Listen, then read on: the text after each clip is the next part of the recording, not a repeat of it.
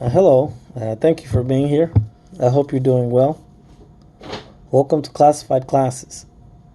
My name is Giorgio. I am a social economist.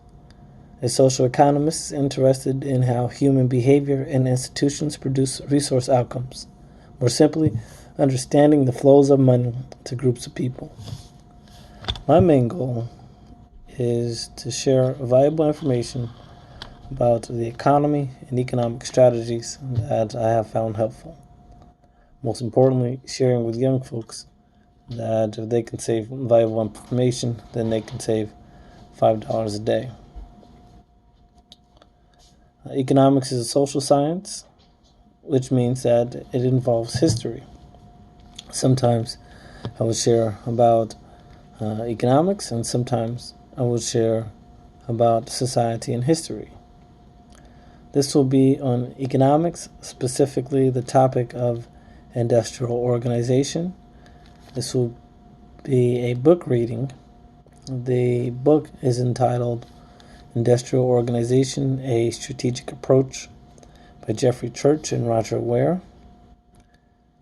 This will be continuing Chapter 9, Game Theory 2, Section 9.5.2, Infinitely Repeated Stage Game. I will be continuing on page 297. And it reads, the strategies are Nash for these subgames if capital V superscript capital C is greater than or equal to capital V superscript capital R.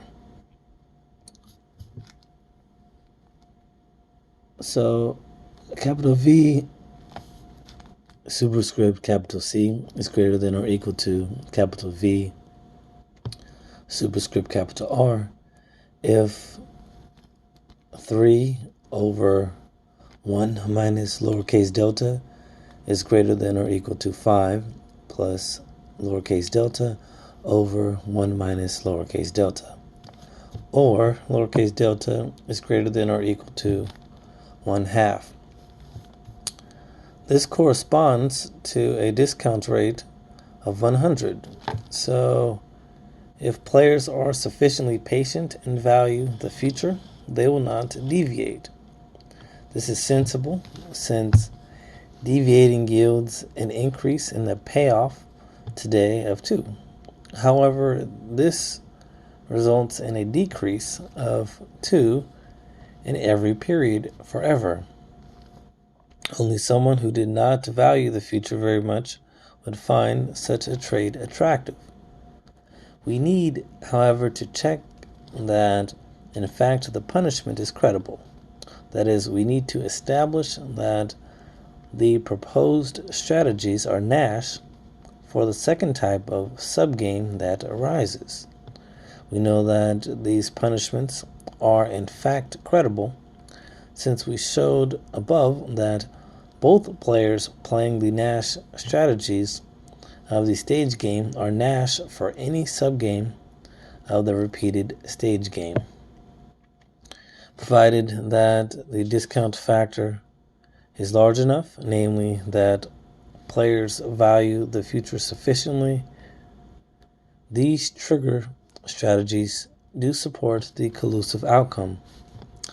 Players signal cooperation today and their intention to continue to cooperate by playing clam to ensure that their opponents do not take advantage of them by threatening credibly to punish their opponent if they rat by withholding cooperation forever.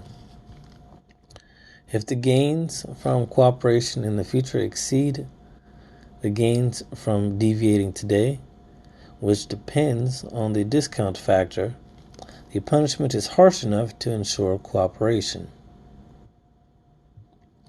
The contrast with the SPNE, subgame perfect Nash equilibrium, and the finitely repeated prisoner's dilemma is startling.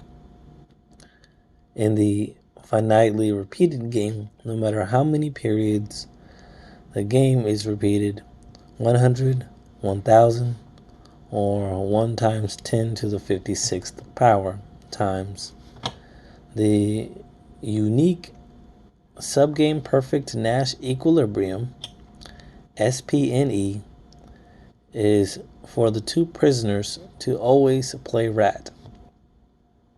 The reason for the difference is that in the last period of the finitely repeated game, there is no future in which to punish an opponent for cheating on the cooperative outcome. The last period becomes simply a one-shot prisoner's dilemma, and not surprisingly, both prisoners rat. However, this also means that in the penultimate or next to last period, there is also no future in which to reward cooperation today by continuing to cooperate in the future. Both players know that they will rat in the last period. Hence, the penultimate period is also essentially a one-shot prisoner's dilemma, and both players' dominant strategy is to rat. The logic extends back for all the periods of the finitely repeated game. The discrepancy between the subgame perfect Nash equilibrium, SPNE, and intuition in the finitely repeated game is confirmed by experimental evidence. The most famous such experiment was a repeated prisoner's dilemma tournament organized by a political scientist at Harvard, Robert Axelrod. In his tournament, 14 strategies were submitted by professional game theorists. The submitted strategies were played against each other in a round-robin format. The strategy that had the highest average score was tit for tat.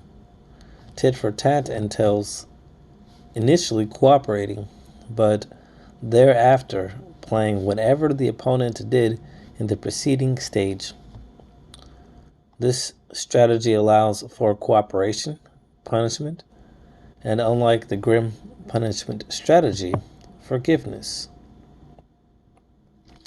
The evidence from experimental literature shows the cooperative outcome does occur, especially in the early stages of a finitely repeated prisoner's dilemma. Osborne and Rubinstein, 1994, pages 134 to 136, suggest that what is important is the nature of the player's perceptions regarding the game if they are playing. If they perceive a well-defined final period, then the finitely repeated game is appropriate. If they do not perceive such a well-defined final period, then the finitely repeated game is appropriate. If they do not perceive such a well-defined period, then the results of the infinitely repeated analysis are appropriate. For example, if there is some constant probability, lowercase p, that the game will end after each stage, then the game will in fact end in finite time. However, since the players do not know which period will in fact be the last, they behave as if the game is repeated infinitely. The Folk Theorem. In our discussion of the infinitely repeated prisoner's dilemma, we found two subgame perfect Nash equilibriums, SPNEs. One was simply the non-cooperative, or Nash, equilibrium of the one-shot or static prisoner's dilemma, repeated in each period. The second was the use of grim punishment strategies to support the cooperative outcome. The multiplicity of SPNE, subgame perfect Nash equilibrium, in supergames applies not only to the prisoner's dilemma. The so-called folk theorems characterize the equilibria in supergames regardless of the stage game. Following Friedman, 1971, we let lowercase a superscript star be the unique Nash equilibrium strategy to a stage game. Then for any lowercase pi subscript lowercase I, such that for all lowercase I, lowercase pi subscript lowercase I is greater than or equal to lowercase pi subscript lowercase I, open parentheses, lowercase a superscript star, close parentheses. There exists a discount factor, lowercase delta, underlined, is less than 1, such that for any lowercase delta greater than lowercase delta underlined, lowercase pi subscript lowercase I is lowercase i's equilibrium payoff per period. This version of the folk theorem states that any possible outcome is such that each player gets a payoff at least as large as what she would get in the Nash equilibrium to the stage game can be sustained as an SPNE subgame perfect Nash equilibrium to a supergame if the discount factor is close enough to 1. Thank you so much for watching this segment of Classified Classes. Please like and subscribe. I'm at this.